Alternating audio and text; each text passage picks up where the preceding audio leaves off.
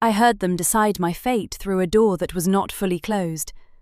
It was a fate of convenience, a matter of domestic logistics, like deciding where to store the winter linens or which horse was to be sold. I was the winter linens. I was the horse past its prime. My value was determined by how little space I occupied, how quietly I could be put away. "Ilara must go to the North Cottage," my stepmother, Lady Beatrice, had declared, her voice the crisp, clean sound of a breaking icicle. "With the Duke of Blackwood arriving to inspect the estate, we cannot have her underfoot. Imagine his impression. Rosamond is the jewel of this house. We do not display a jewel on a dusty, splintered tray." I, of course, was the tray. Plain, serviceable, and utterly forgettable. I had long ago made my peace with this assessment. It was not born of malice, not truly, but of a simple, unassailable fact. My sister, Rosamond, was a celestial event. She was all spun gold and cornflower blue, a laugh like wind chimes, and a smile that could coax concessions from a stone gargoyle. Beside her, I was a shadow, a creature of muted browns and quiet greys, my sole distinguishing feature, a mind that my father often sighed was too full of ledgers and philosophies for a young lady. The North Cottage was not a cottage so much as a stone wound in the side of a bleak hill, a place where draughts came to die and dampness seeped into one's very bones. It had been derelict for years. Sending me there was not merely a matter of hiding me away. It was a quiet, polite form of banishment. It was a confirmation of my status as surplus to the family's requirements. An unlovely bit of furniture to be stored in the attic while the grand rooms were prepared for an important guest. The guest, Alistair, the Duke of Blackwood, was the monolithic reason for this sudden domestic upheaval. He was the answer to my father's mounting debts, the port in our family's financial storm. He held the mortgages to our entire estate, and his visit was not one of social nicety, but of final appraisal.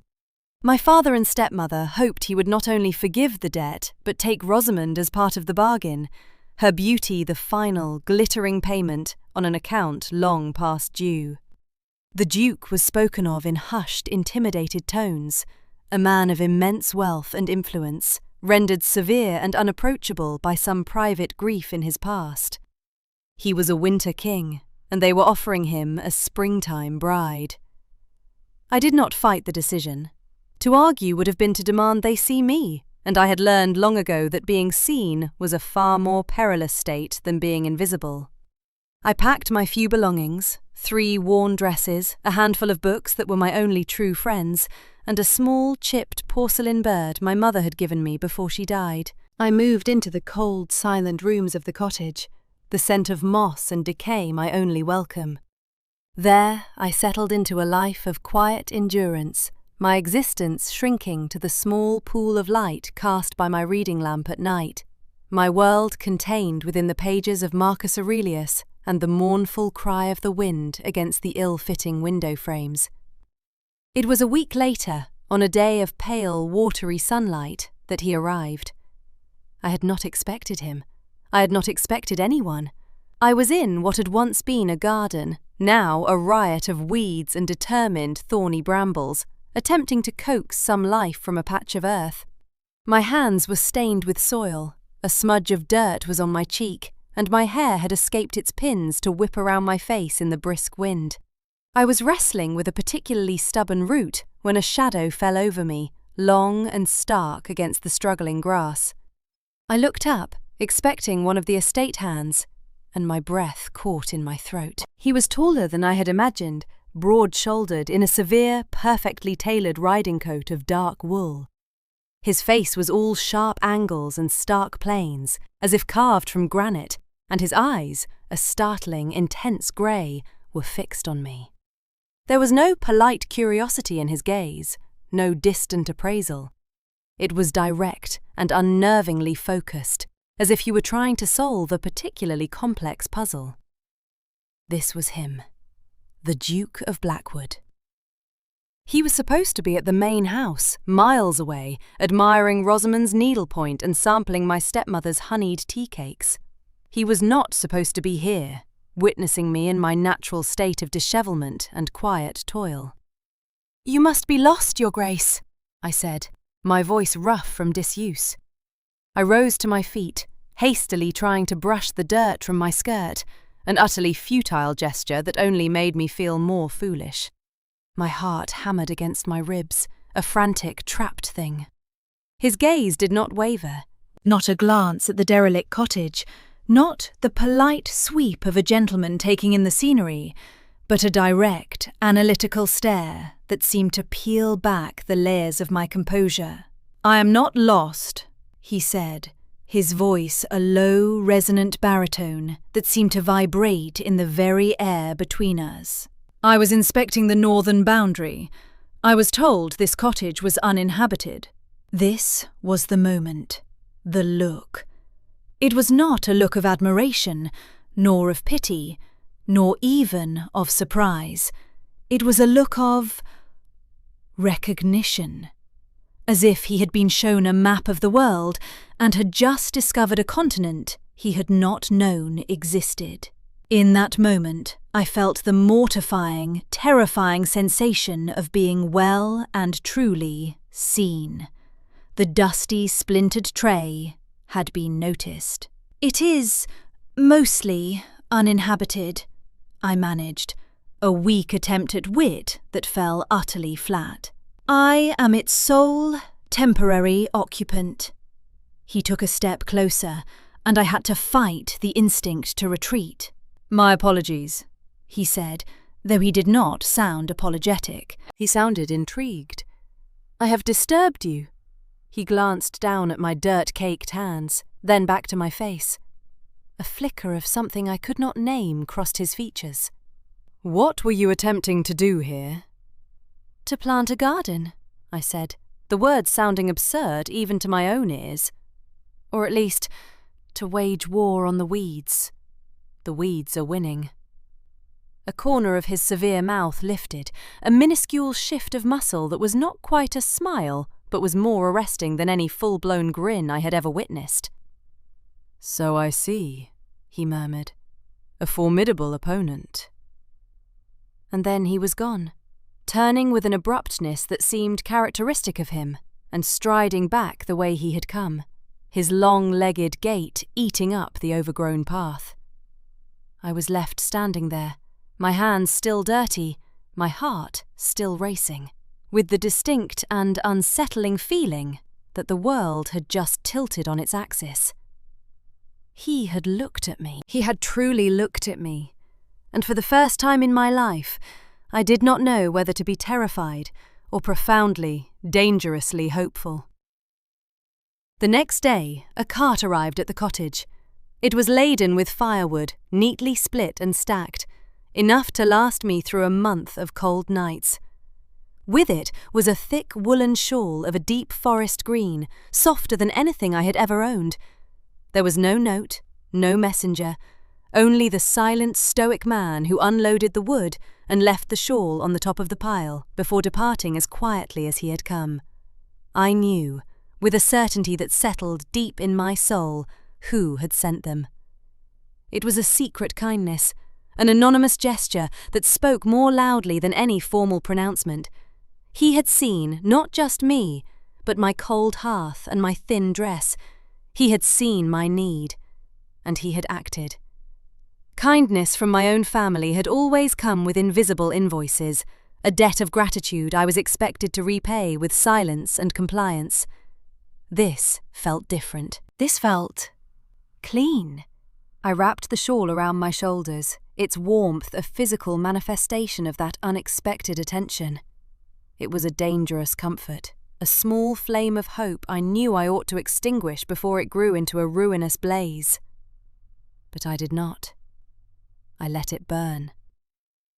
His visits became a strange, unspoken ritual. He would appear under the guise of estate business, his horse tethered to a nearby fence while he paced the boundaries of a fallow field or inspected the stone walls that bordered my lonely cottage. He never came to my door, not at first, but our paths would cross, as if by accident, on the overgrown lane or by the stream that cut through the lower meadow.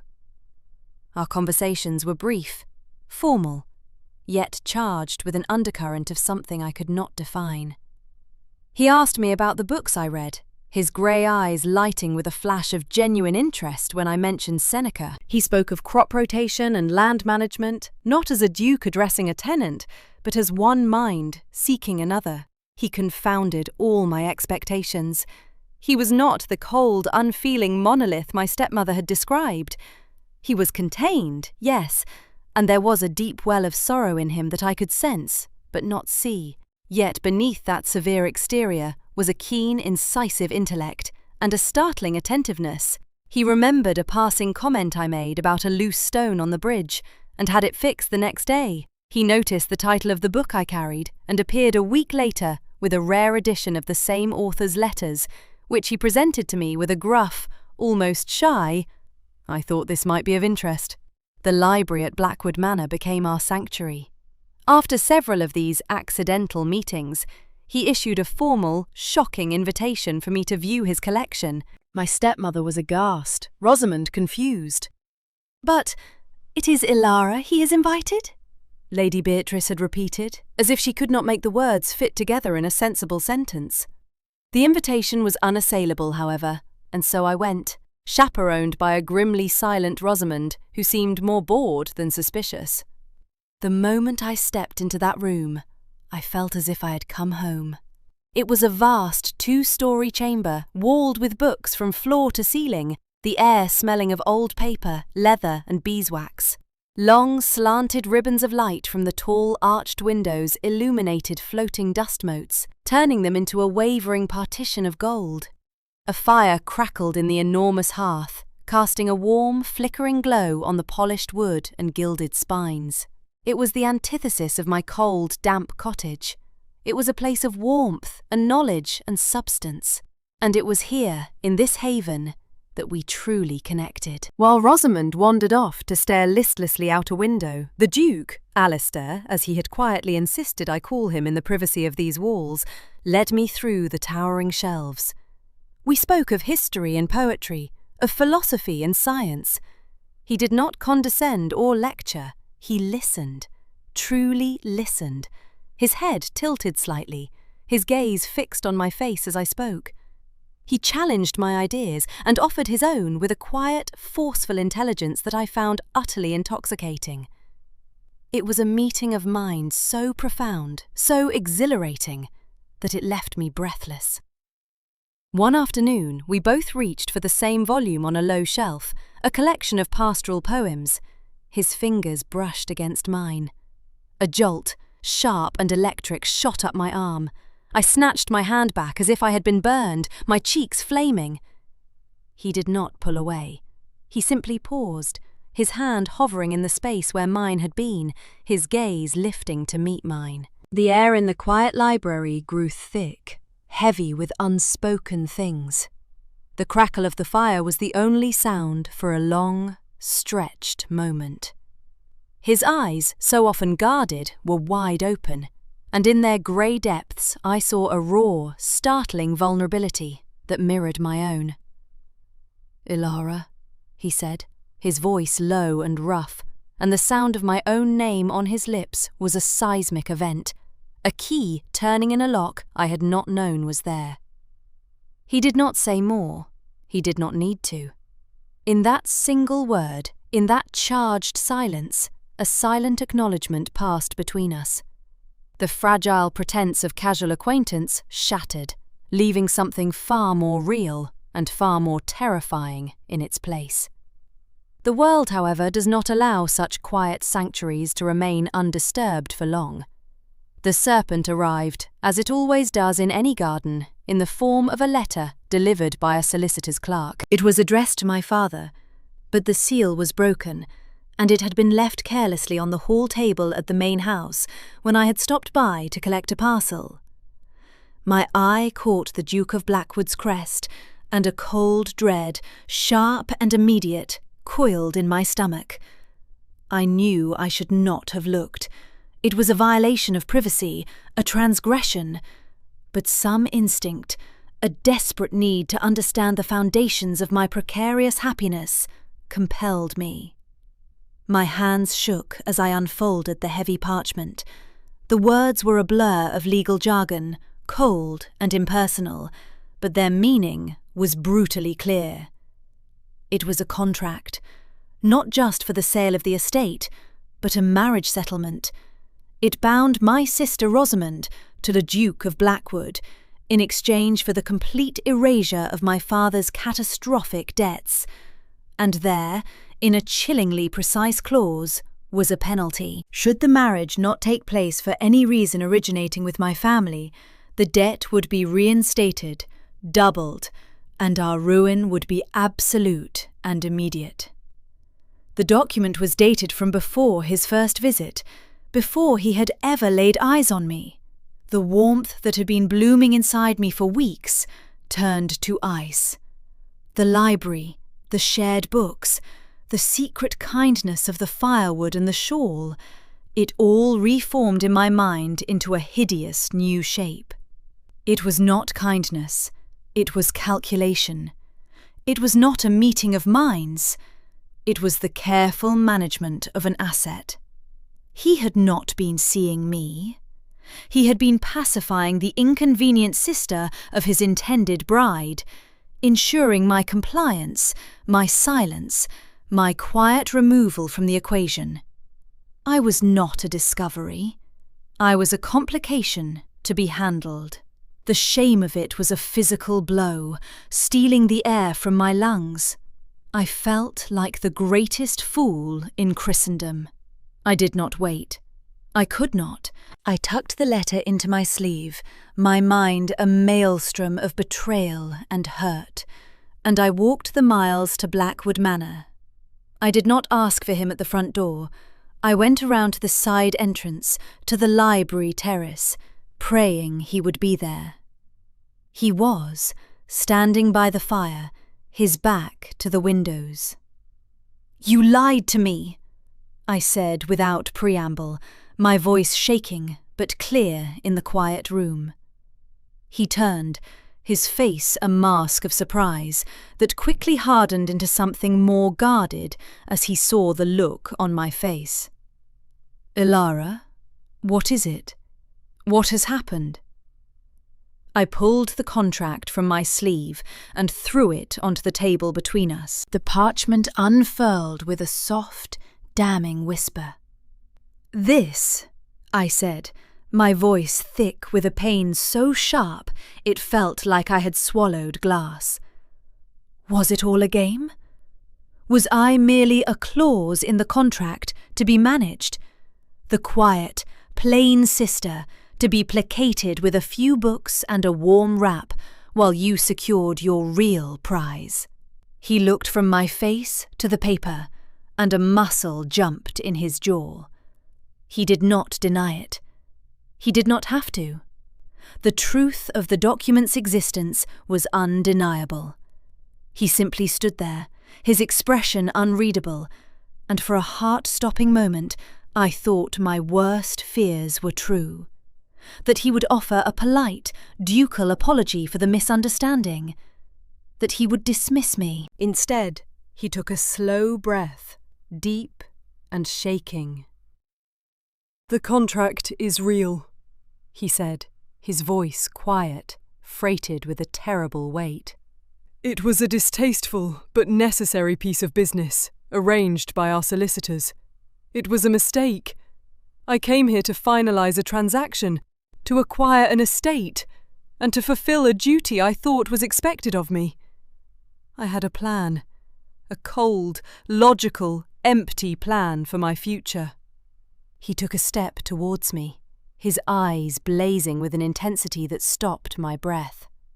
"And then I found you in a ruined garden, covered in dirt and fighting with weeds.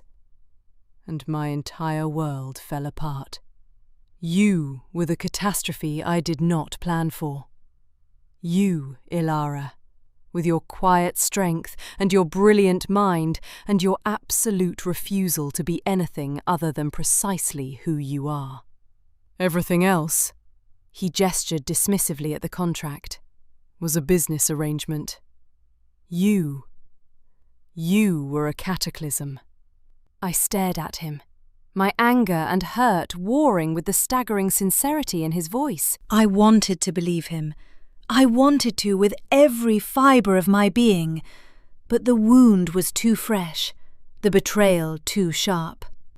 "And what was I to think?" I whispered. "That your kindness was genuine? Men of your station do not bestow such kindness without purpose." "My purpose was you," he said, his voice dropping to a raw, vulnerable murmur that stripped away every last vestige of the formidable Duke. This was only Alistair. At first, I did not understand it myself. I told myself I was merely being civil. Then I told myself I was intrigued by your mind. But it was more, so much more. You walked into the quiet, ordered rooms of my life and set them ablaze. The thought of that contract, of being tied to anyone but you, has become unendurable. He did not wait for my response. He turned to the massive desk that stood in the corner of the room, unlocked a drawer, and pulled out another document. He walked back and laid it on the table beside the first one. "This is a new contract I had my solicitor draw up last week. It purchases the estate outright and declares all your father's debts to me null and void. There is no mention of marriage. There are no clauses. There are no attachments. Your family is free." I looked from the new document to his face. He had already acted. He had moved to protect me, to untangle the web, before I had even known the full extent of its treachery. This was not the action of a calculator. This was the action of a man who was trying, however clumsily, to make things right. "I did this," he continued, his gaze never leaving mine, "because I could not bear the thought of you ever believing I had purchased you. I could not stand for you to be a part of any transaction. Your worth, Ilara, is not something that can be bartered for, and I will not have it." He took another step, closing the distance between us until he was so near I could feel the heat radiating from him. "I am asking for nothing in return, but I am hoping that once you are free of all this, you might find that you could choose me. Not as a duke, not as a creditor, but as a man who has found in you the only home he has ever truly wanted." The confession hung in the air between us, beautiful and terrifying in its sincerity. The walls I had so carefully built around my heart, the defences I had constructed over a lifetime of being overlooked, crumbled to dust. In their place was a raw, burgeoning hope. I took a shaky breath. "I had hoped," I admitted, my voice barely a whisper, "that I was not just a passing curiosity for you." A slow, brilliant smile transformed his face, erasing the last traces of severity and grief. "You are not a curiosity, Ilara," he said softly. "You are the destination." Our newfound alliance was to be tested far sooner than we imagined. My stepmother, upon learning that the ducal marriage was off the table and that the debt had been forgiven without Rosamond's sacrifice, was not relieved but incandescent with fury. She had lost her prize, her elevation to the highest echelons of society snatched from her grasp. She could not comprehend that the Duke would choose me, the quiet, plain afterthought, over her perfect, beautiful daughter.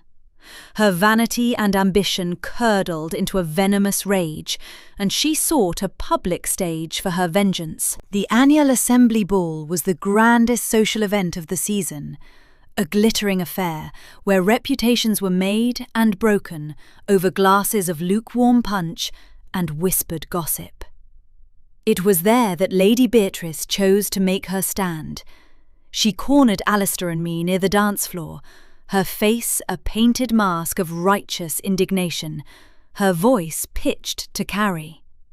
My father hovered behind her, a pale, ineffectual ghost, while Rosamond watched from a distance, her expression a mixture of confusion and distress.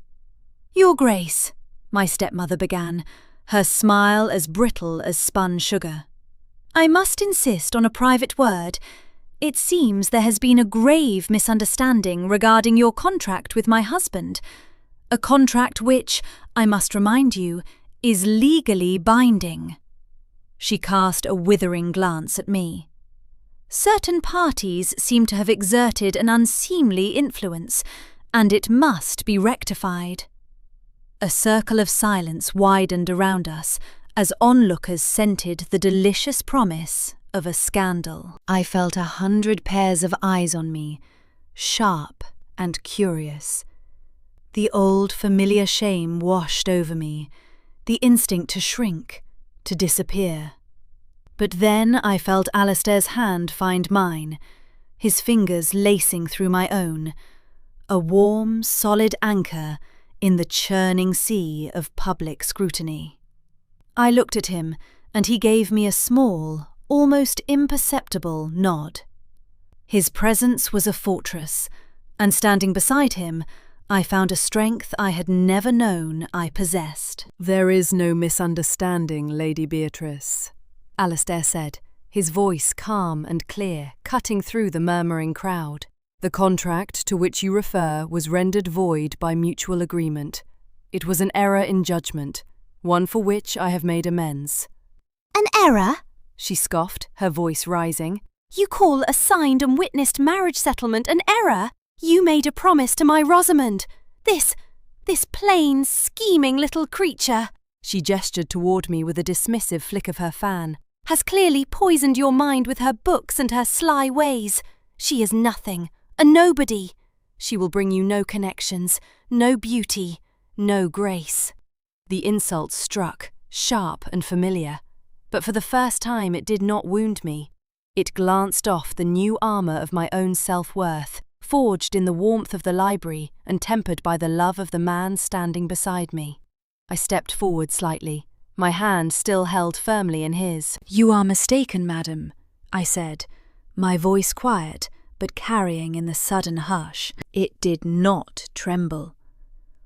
"I have never schemed for anything in my life. I have only ever sought a quiet corner and a good book. It is not my fault, nor my design, that His Grace happened to find me in that corner." I looked from her furious face to the avid, watching crowd. "For my entire life, I have been told that my worth lies in my silence, in my ability to be invisible. I have been compared and found wanting. But I have learned that being valued for one's beauty is a fragile and fleeting thing. Being valued for one's mind, for one's character, for the truth of who one is. That is a foundation upon which a life can be built."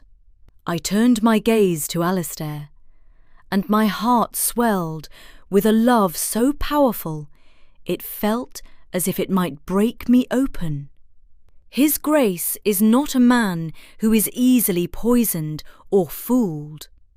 He sees value where others perhaps have been too blind to look. My stepmother stood speechless, her mouth opening and closing like a landed fish. Her public denunciation had backfired spectacularly. In attempting to paint me as a cunning seductress, she had only revealed her own crass, mercenary nature. Alistair then delivered the final, devastating blow. "Indeed," he said, his voice ringing with cold authority. He produced a small folded document from his coat pocket. "And for the record, This is a copy of the new agreement, signed by myself and your husband, releasing him from all obligations, financial and marital. It is done. Any further claims you make on this matter will be seen for what they are, the desperate manoeuvrings of a disappointed social climber. He let the words hang in the air, each one a stone cast into the silent pool of the ballroom. The defeat was total. Lady Beatrice's face crumpled, the mask of outrage collapsing to reveal the raw, ugly ambition beneath. She turned and fled, my father trailing in her wake like a discarded shadow. The crowd erupted in a flurry of whispers, their judgment swift and merciless. The hunter had become the prey, the schemer was unmasked, and I, the invisible girl, stood in the centre of the grandest room I had ever been in, my hand held by a duke, and I had never felt more seen in my entire life. We left the ball not long after, escaping into the cool, quiet dark of the night. We did not speak on the carriage ride back to the manor. There was no need for words. The comfortable silence that settled between us was more intimate than any conversation. He led me not to the grand entrance, but through the French doors of the library, which stood open to the moonlit terrace. The room was dark, save for the dying orange embers in the hearth. The air still smelled of paper and leather